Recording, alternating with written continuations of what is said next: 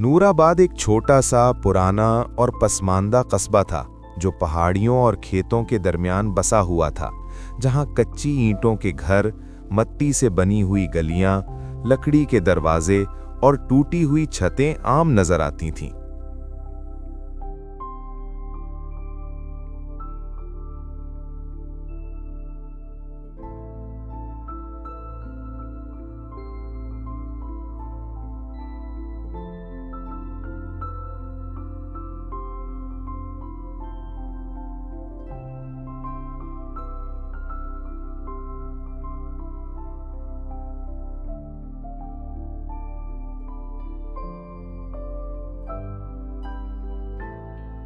सुबह के वक्त मुर्गों की बांग, बैलगाड़ियों की चरचराहट और दूर मस्जिद से आने वाली आज़ान ही लोगों की जिंदगी का आगाज होती थी।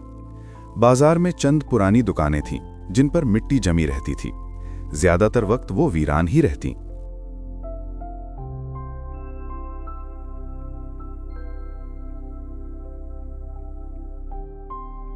क्योंकि उस कस्बे के लोग मेहनती जरूर थे, मगर गुर्बत ने उन्हें जकड़ रखा था। खेती-बाड़ी बारिश पर मुनहसिर थी। कभी फसल अच्छी होती तो चूल्हा जल जाता और कभी कहत पड़ता तो फाके आम हो जाते।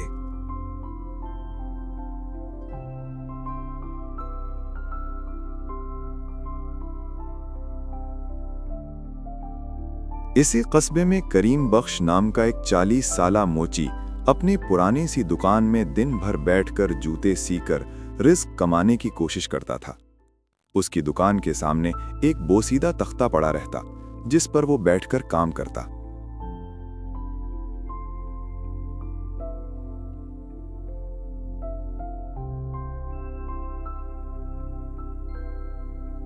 मगर गाहक बहुत कम आते थे। अक्सर ऐसा होता कि सूरज गुरूब हो जाता और उसके हाथ खाली ही रहते। कई दिन ऐसे गुजरते कि वो सिर्फ पानी पीकर गुजारा करता। उसकी बीवी ज़ैनब, जो 35 साल की निहायत साबिर, बाहया और नेक औरत थी, हर मुश्किल में उसका साथ देती थी। दोनों की शादी को कई साल गुजर चुके थे, मगर अल्लाह ने अभी तक उन्हें औलाद की नेमत नहीं दी थी। इसके बावजूद वो कभी शिकवा न करते और हर रात सजदे में गिरकर अल्लाह से दुआ करते कि वो उन पर अपनी रहमत नाजिल फरमाए।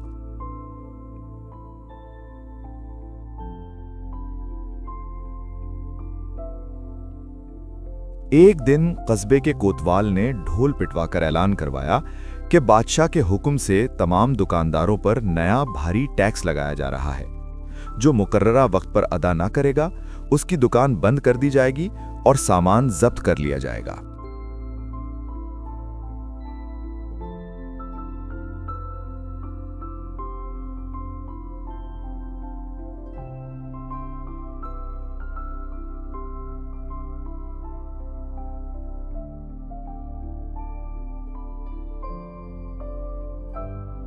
ये ऐलान सुनकर पूरा बाजार सन्नाटे में आ गया। गरीब दुकानदार एक दूसरे का मुंह देखने लगे और करीम बख्श का दिल खौफ से धड़कने लगा, क्योंकि उसके पास तो रोज की रोटी के पैसे भी मुश्किल से होते थे।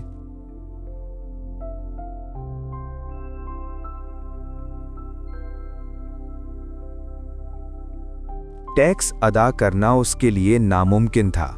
वो कई रातें भूख, फिक्र और बेचैनी में करवटें बदलता रहा, मगर इसके बावजूद उसने हराम कमाई, धोखे या झूठ का सहारा ना लिया और अल्लाह पर भरोसा कायम रखा।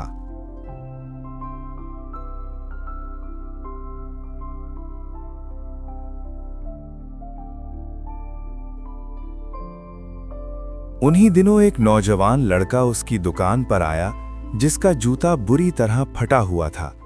कपड़े मिट्टी से अटे हुए थे और चेहरे पर थकन नुमाया थी। उसने निहायत आजिज़ी से कहा कि वो बहुत दूर के सफ़र पर जा रहा है और उसके पास देने के लिए पैसे नहीं।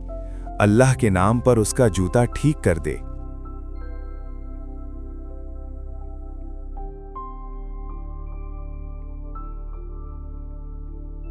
करीम बख्श ने लम्हा भर भी न सोचा, अपने औजार उठाए और पूरी मेहनत से जूता मुरम्मत कर दिया।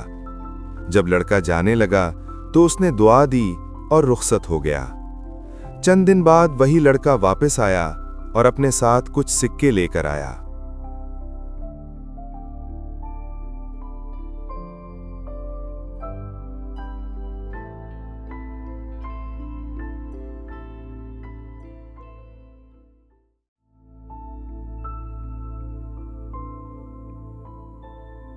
और कहा कि ये इस एहसान का बदला है।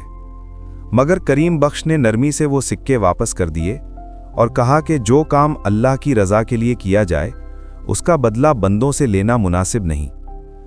वक्त गुजरता गया, कोतवाल के टैक्स का दबाव बढ़ता गया।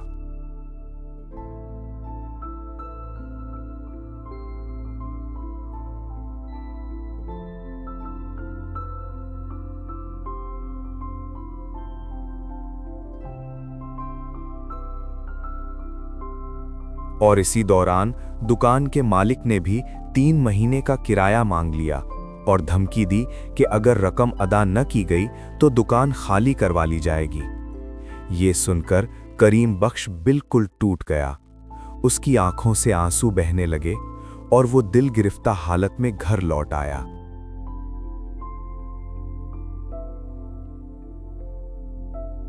ज़ैनब ने उसका हाल देखा तो खामोशी से अंदर गई और एक पुराना कपड़े का लिफाफा ले आई जिसमें उसकी मरहूम मां का दिया हुआ वाहिद सोने का हार महफूज था। उसने वो हार अपने शौहर के हाथ में रखकर कहा कि इसे बेचकर कर्ज और किराया अदा कर दो। अल्लाह हमें इससे बेहतर अता फरमाएगा। करीम बख्श ने कांपते हाथों से वो हार बेचा, मगर वापसी पर उसे रास्ते में एक औरत मिली जो अपने शदीद बीमार बच्चे को गोद में लिए रो रही थी और दवा के पैसों के लिए लोगों के आगे हाथ फैला रही थी।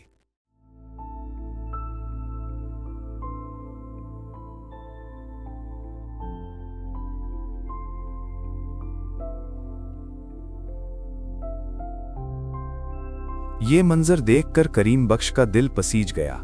उसने बगैर किसी तरद्दुद के अपने सारे पैसे उस औरत को दे दिए और खाली हाथ वापस लौट आया।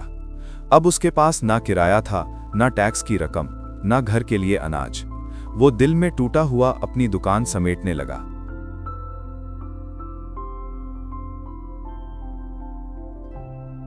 कि अचानक एक सरकारी आदमी आया और उसे हुक्म दिया कि अगले दिन शहर के बादशाह के हुजूर पेश हो।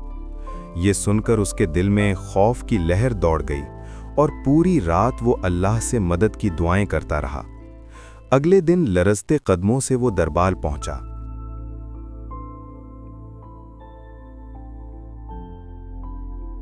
जहां बादशाह ने उसकी सारी जिंदगी ईमानदारी, कुर्बानी और नेकी की दास्तान सुनकर उसे कीमती हीरा देना चाहा, मगर करीम बख्श ने आजिज़ी से इनकार करते हुए कहा कि बगैर मेहनत और हक के मिलने वाली दौलत उसके लिए हलाल नहीं।